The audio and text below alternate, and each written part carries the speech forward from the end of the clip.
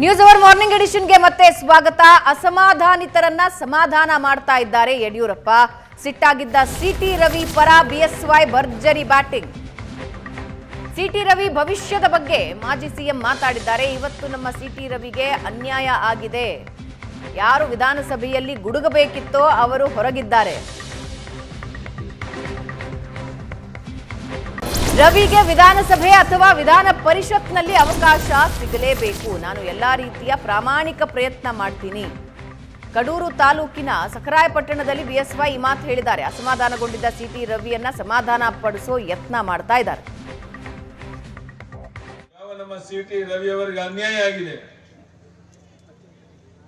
ಯಾರು ವಿಧಾನಸಭೆ ಗುಡುಗಬೇಕಾಗಿತ್ತು ಅವರು ಇನ್ನು ಹೊರಗಿದ್ದಾರೆ.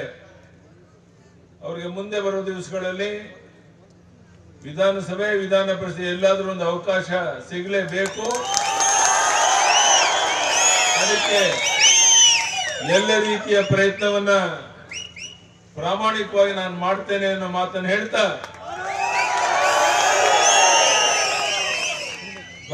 ಯಾವ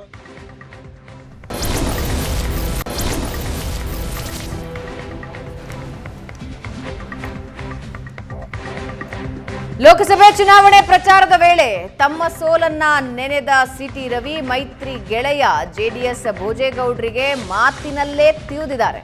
ವೇದಿಕೆ ಮೇಲಿದ್ದ ಜೆಡಿಎಸ್ ಎಂಎಲ್ಸಿಗೆ ಕಾಲೆಳೆದಿದ್ದಾರೆ. 4 ಬಾರಿ ಶಾಸಕನಾಗಿದ್ದೆ, ಹೆಚ್ಚು ಕೆಲಸ ಮಾಡಿದ್ದೆ. ಆದರೆ ಈ ಬಾರಿ ಹೆಚ್ಚು ಕೆಲಸ ಮಾಡಿದ್ರೂ ಸೋತೆ. ಚುನಾವಣೆ ವೇಳೆ ಕೆಲಸ ಚರ್ಚೆಯಾಗಲಿಲ್ಲ, ಅಪಪ್ರಚಾರ ಚರ್ಚೆಯಾಯಿತು.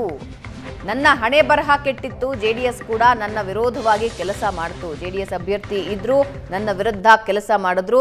ನಮ್ಮ ನಾಯಕರ ಹೆಸರನ್ನೂ ಬಳಸಿ ಅಪಪ್ರಚಾರ ಮಾಡಿದ್ರು ಅಂತ ಸಿಟಿ ರವಿ ಹೇಳಿದ್ರು.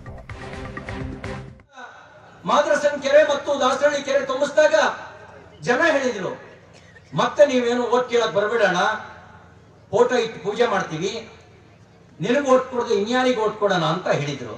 ಏನ್ ಆಚಾರ ಕೆಟ್ಟಿತ್ತೋ ಗೊತ್ತಿಲ್ಲ.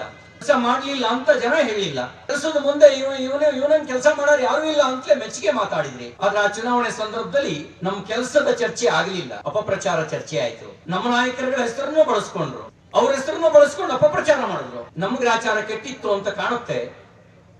ಜನತಾದಳನ್ನು ಅವರಿಗೆ ಸಪೋರ್ಟ್ ಮಾಡ್ಬಿಡ್ತು, ಅವರು ಅವರಿಗೆ ಸಪೋರ್ಟ್ ಮಾಡಿದ್ರು. ಲಕ್ಕಿಯ ಭಾಗದ ಹಂಗೂ ಹಿಂಗೂ ಸಿಟಿ ರವಿ ಆಗಿಂದಾಗೆ ತಮ್ಮ ಮನಸ್ಸಿನ ನೋವನ್ನು ಆಚೆ ಹಾಕ್ತಾನೆ ಇರ್ತಾರೆ. And interestingly BSY city Ravi ಅವ್ರಿಗೆ ಅನ್ಯಾಯ ಆಗಿದೆ ಅಂದಿದ್ದಾರೆ. ನೋಡಿ, ಸಿಟಿ ರವಿಗೆ ಅನ್ಯಾಯ ಆಗಿದೆ ಅನ್ನೋದ್ರಲ್ಲಿ ಎರಡು ಮಾತಿಲ್ಲ. ಆಮೇಲೆ ಟು ಹಿಸ್ ಕ್ರೆಡಿಟ್ ನನಗನ್ಸುತ್ತೆ ಅವರೆಲ್ಲೂ ಈ ಅಸಮಾಧಾನಿತರಾಗಿ ಮನೆಯಲ್ಲಿ ಕುಳಿತಿರಲಿಲ್ಲ. ಅಂದರೆ ನಾನು ಕೆಲಸ ಮಾಡಲ್ಲ, ನನಗೆ ಟಿಕೆಟ್ ಸಿಕ್ಕಿಲ್ಲ, ನನ್ನನ್ನು ಪ್ರಧಾನ ಕಾರ್ಯದರ್ಶಿ ಹುದ್ದೆಯಿಂದ ತೆಗೆದ್ರಿ, ನಾನು ವಿಧಾನಸಭೆಯಲ್ಲೂ ನನಗೆ ಈಗ ಯಡಿಯೂರಪ್ಪ ವಿಜೇಂದ್ರನೇ ಸೋಲಿಸಿದ್ರು ಅಂತಕ್ಕಂಥ ಒಂದು ಚರ್ಚೆ ಸಾರ್ವಜನಿಕ ವಲಯದಲ್ಲಿದ್ದರೂ ಕೂಡ ಸಿಟಿ ರವಿ ಮನೆಯಲ್ಲಿ ಕುಳಿತಿಲ್ಲ. ಯಡಿಯೂರಪ್ಪನವ್ರ ಜೊತೆ ಪ್ರವಾಸ ಮಾಡ್ತಿದ್ದಾರೆ, ವಿಜೇಂದ್ರ ಜೊತೆ ಪ್ರವಾಸ ಮಾಡ್ತಿದ್ದಾರೆ. Vijendra is much junior to C T Ravi. ಆದರೆ ಅಧ್ಯಕ್ಷರ ಜೊತೆ ಹೋಗಿ ಪ್ರವಾಸವನ್ನು ಮಾಡ್ತಾಯಿದ್ದಾರೆ.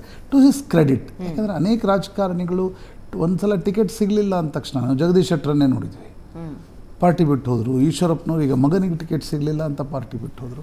ಬಟ್ ಸಿಟಿ ರವಿ ಅಂಥ ಅಸಮಾಧಾನಿತರಾಗಿ ಮನೆಯಲ್ಲಿ ಕುಳಿತು ಪಾರ್ಟಿಯನ್ನು ಬೈದು, ಸಂಘಟನೆಯನ್ನು ಬೈದು, ಸಿದ್ಧಾಂತವನ್ನು ಬೈದು ತೆಗಳಿ ಪಕ್ಕಕ್ಕೆ ಹೋಗಿ ಆ ರೀತಿಯ ಆ್ಯಕ್ಟಿವಿಟೀಸ್ಗಳಲ್ಲಿಲ್ಲ. ಆದರೆ ಆಶ್ಚರ್ಯ ಹುಟ್ಟಿಸಿದ್ದು ಯಡಿಯೂರಪ್ಪನವ್ರು ಹೋಗಿ ಸಿಟಿ ರವಿಗೆ ಅನ್ಯಾಯ ಆಗಿದೆ, ಸಿಟಿ ರವಿ ವಿಧಾನಸಭೆಯಲ್ಲಿರಬೇಕಿತ್ತು, ವಿಧಾನ ಪರಿಷತ್ನಲ್ಲಿರಬೇಕು ಅಂತಕ್ಕಂಥದ್ದನ್ನು ಹೇಳಿದ್ದು ಸ್ವಲ್ಪ ಆಶ್ಚರ್ಯ ಹುಟ್ಟಿಸ್ತು. ಯಾಕಂದರೆ ಈಗ ನಮ್ಗೆ ಗೊತ್ತಿಲ್ಲ ಯಾರನ್ನು ಸೋಲಿಸಿದ್ರು ಅಂತಕ್ಕಂಥದ್ದು, ಅವರಿಬ್ಬರಿಗೆ ಚೆನ್ನಾಗಿ ಗೊತ್ತಿರುತ್ತೆ. ಸಾರ್ವಜನಿಕವಾಗಿ ಏನು ಟಾಕ್ಸ್ ಇತ್ತು ಅಂತಂದರೆ ಯಡಿಯೂರಪ್ಪನವರು ಸಿಟಿ ರವಿ 2 ಹೇಳಿಕೆ, ಒಂದು ಕಿಚನ್ ಕ್ಯಾಬಿನೆಟ್ಟು, ಇನ್ನೊಂದು ಗೋವಾದಲ್ಲಿ ಇವರು ಮುಖ್ಯಮಂತ್ರಿಯಾಗಿ ಕೆಳಗಿಳಿಯುವಾಗ ಗೋವಾದಲ್ಲೊಂದು ಹೇಳಿಕೆಯನ್ನು ಸಿಟಿ ರವಿ ಕೊಟ್ಟಿದ್ದರು, ಅದು ವಿವಾದ ಸೃಷ್ಟಿಸಿತ್ತು. ಆ 2 ಹೇಳಿಕೆಗಳ ಕಾರಣದಿಂದ ಚಿಕ್ಕಮಗಳೂರಿನಲ್ಲಿ ಲಿಂಗಾಯತರು ಸಿಟಿ ರವಿ ಕೈ ಕೊಟ್ಟರು. ಅದು ಎಚ್ ಡಿ ತಮ್ಮಯ್ಯ BJPಯಿಂದ, ಅಂದರೆ ಸಿಟಿ ರವಿ ಜೊತೆಗಿದ್ದವರೇ BJPಯಿಂದ ಅವರು ಕಾಂಗ್ರೆಸ್ಗೆ ಹೋಗಿ ಅಲ್ಲಿ ಟಿಕೆಟ್ ಪಡೆದು ಸ್ಪರ್ಧಿಸಿದ್ದು ನೋಡಿದರೆ ಅದರಲ್ಲಿ ಬಿ ಜೆ ಪಿಯವ್ರದ್ದೇ ಪಾತ್ರ ಇತ್ತು ಅಂತಕ್ಕಂಥದ್ದು ಸಾರ್ವಜನಿಕವಾಗಿ ಚರ್ಚೆ ಇದೆ. ಹೌದೋ ಅಲ್ವೋ ಅದು ಅವರು ಹೇಳಬೇಕಾಗಿರ್ತಕ್ಕಂಥ ವಿಷಯ. ಆದರೆ ಯಡಿಯೂರಪ್ಪನವರು ಹೇಳಿರ್ತಕ್ಕಂಥದ್ದು ಇಬ್ಬರ ನಡುವೆ ಏನಾದರೂ ಪ್ಯಾಚಪ್ ಅಪ್ರೋಚ್ಮೆಂಟ್ ನಡೀತಾ ಇದೆಯಾ ಅಂತಕ್ಕಂಥದ್ದನ್ನು ಸ್ಪಷ್ಟವಾಗಿ ತೋರಿಸುತ್ತೆ. ಏಕೆಂದರೆ ಕೇಂದ್ರದ ನಾಯಕರು ಕೂಡ ಸಿ ಟಿ ರವಿಗೆ ಉಡುಪಿ ಚಿಕ್ಕಮಗಳೂರಿನಲ್ಲಿ ಟಿಕೆಟ್ ಕೊಡ್ಬೋದಿತ್ತು, ಬೆಂಗಳೂರು ನಾರ್ತಲ್ಲಿ ಟಿಕೆಟ್ ಕೊಡಬೇಕಿತ್ತು. They have not considered him ನೀವು ಟಿಕೆಟ್ ಕೊಡುವಾಗ. ಹಾಗಂತ ಸಿ ಟಿ ರವಿ ಬೇಸರಾಗಿ ಮನೆಯಲ್ಲಿ ಕುಳಿತಿಲ್ಲ. ರಾಷ್ಟ್ರೀಯ ಪ್ರಧಾನ ಕಾರ್ಯದರ್ಶಿಯಾಗಿದ್ದರು, ಮಂಗಳೂರು, ಗೋವಾ, ತಮಿಳುನಾಡಿನ ಉಸ್ತುವಾರಿಯನ್ನು ಹೊತ್ತಿದ್ರು. ಆದರೆ ಅವ್ರಿಗೊಂದು ಲೋಕಸಭಾ ಟಿಕೆಟನ್ನು ಕೂಡ ಬಿ ಜೆ ಪಿ ಕೊಟ್ಟಿಲ್ಲ. ಈಗ ಇದೆಲ್ಲ ಕೆಲವೊಂದು ಸಲ ಹಾಗಾಗತ್ತೆ. ಎಲ್ಲ ಸೋಲಿಸೋದು ಮಾಡೋದು ಅದು ಇದು ಎಲ್ಲ ಮುಗಿದ ಮೇಲೆ ನಿಮಗೊಂದು ಅಪ್ರೋಚ್ಮೆಂಟ್ ಇನ್ ದ ಸೆನ್ಸ್ ಪುನರಪಿ ಒಂದು ರೀತಿಯಾಗಿರ್ತಕ್ಕಂಥ ಗೆಳೆತನ ಶುರು ಆಗುತ್ತೆ. ಅದು ಏನಾದರೂ ಯಡಿಯೂರಪ್ಪನವರ ಕುಟುಂಬ ಮತ್ತು ಸಿ ಟಿ ರವಿ ನಡುವೆ ಯಡಿಯೂರಪ್ಪ ಅವರಿಗೂ ಅನಿವಾರ್ಯ ಇದೆಯಾ? ಅಸಮಾಧಾನಿತರನ್ನೆಲ್ಲರನ್ನೂ ಇವಾಗ ಒಟ್ಟಿಗೆ ತಗೊಂಡು ಹೋಗಲೇಬೇಕು. ಈಗ ನೋಡಿ, 23ರಲ್ಲಿ ಯಡಿಯೂರಪ್ಪನವ್ರಿಗೆ ಅನಿವಾರ್ಯತೆ ಇರಲಿಲ್ಲ. ಯಾಕಂದರೆ ಯಡಿಯೂರಪ್ಪನವ್ರನ್ನ ಬಿ ಜೆ ಪಿ ಅಧಿಕಾರದಿಂದ ಕೆಳಗಿಳಿಸಿತ್ತು. ಒಂದು ಮೆಸೇಜ್ ಕೂಡ ಹೈಕಮಾಂಡ್ಗೆ ಕೊಡಬೇಕಿತ್ತು, ಇಲ್ಲಿ ಯಡಿಯೂರಪ್ಪನವ್ರು ಇಲ್ಲದೆ ಏನೂ ನಡೆಯಲ್ಲ ಅಂತ. ಹೀಗಾಗಿ ಅನೇಕ ಕ್ಯಾಂಡಿಡೇಟ್ಗಳನ್ನು ಯಡಿಯೂರಪ್ಪನವರು ಅವರ ಕುಟುಂಬ ಸೋಲಿಸ್ತು ಅಂತಕ್ಕಂಥ ಆರೋಪವನ್ನು ಸಾರ್ವಜನಿಕವಾಗಿ ಮಾಡಲಾಗತ್ತೆ. ಈಗ ಹಾಗಲ್ಲ.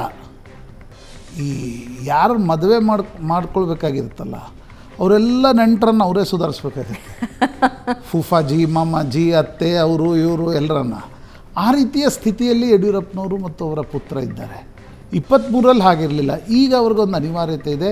20ರ ಮೇಲ್ ಸೀಟ್ಗಳನ್ನು ಗೆದ್ದು ತೋರಿಸಿದರೆ ಯಡಿಯೂರಪ್ಪನವರು ಮತ್ತು ಅವರ ಒಂದು ವೋಟ್ ಬ್ಯಾಂಕ್ ಎಷ್ಟು ಗಟ್ಟಿಯಾಗಿದೆ ಅಂತಕ್ಕಂಥದ್ದನ್ನು ತೋರಿಸ್ಬೋದು. ಆ ಕಾರಣದಿಂದ ಕೂಡ ಯಡಿಯೂರಪ್ಪನವರು ಸಿ ಟಿ ರವಿ ಬಗ್ಗೆ ಈ ಮಾತನ್ನು ಹೇಳಿರ್ಲಿಕ್ಕೆ ಸಾಧ್ಯ. ಆದರೆ ಒಂದಿದೆ ಅದರಲ್ಲಿ ಪೊಲಿಟಿಕಲಿ ಭಾಳ ಸೂಕ್ಷ್ಮವಾಗಿ ನೋಡಿದರೆ ಎಲ್ಲ ಮುಗೀತಲ್ಲ. ಈಗ ವಿಧಾನಸಭೆ ಸೋತರು, ರಾಷ್ಟ್ರೀಯ ಪ್ರಧಾನ ಕಾರ್ಯದರ್ಶಿ ಹುದ್ದೆಯಿಂದ ಹೋದರು, ಲೋಕಸಭಾ ಚುನಾವಣೆ ಸೋಲ್ತು, ಮುಂದಿನ 4 ವರ್ಷ ಏನಿಲ್ಲ. ಈಗ ಈ ಮಾತು ಹೇಳಿ ಏನು ಪ್ರಯೋಜನ ಆಗುತ್ತೋ ಅನ್ನೋದು ಇದೆ.